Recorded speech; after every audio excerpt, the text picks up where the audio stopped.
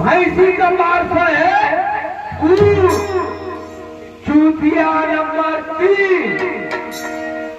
देखला आवाज चूतिया नंबर 3 अजय हारमोनिया छोड़ के बजावे ये कोई बाकी है? हाँ अब बाकी है बहुत है। चूतिया नंबर 4 यानी चूतिया नंबर 4 अजय प्रदीपों से करे प्यार। ये गाना बुझा था तंटा छिया तंटा छिया दाचिया और आप साहब की जय देखिए हमारे यहाँ पे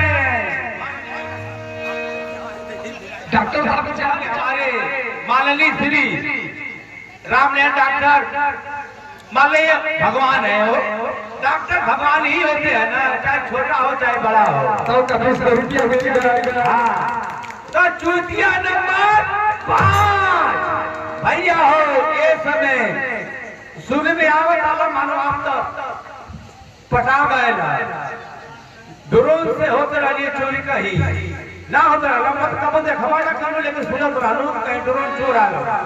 लेकिन एक कुल बात पर ध्यान दे जाए चूतिया नंबर 5 हाई के अपन घर छोड़ के आके देखे आए ना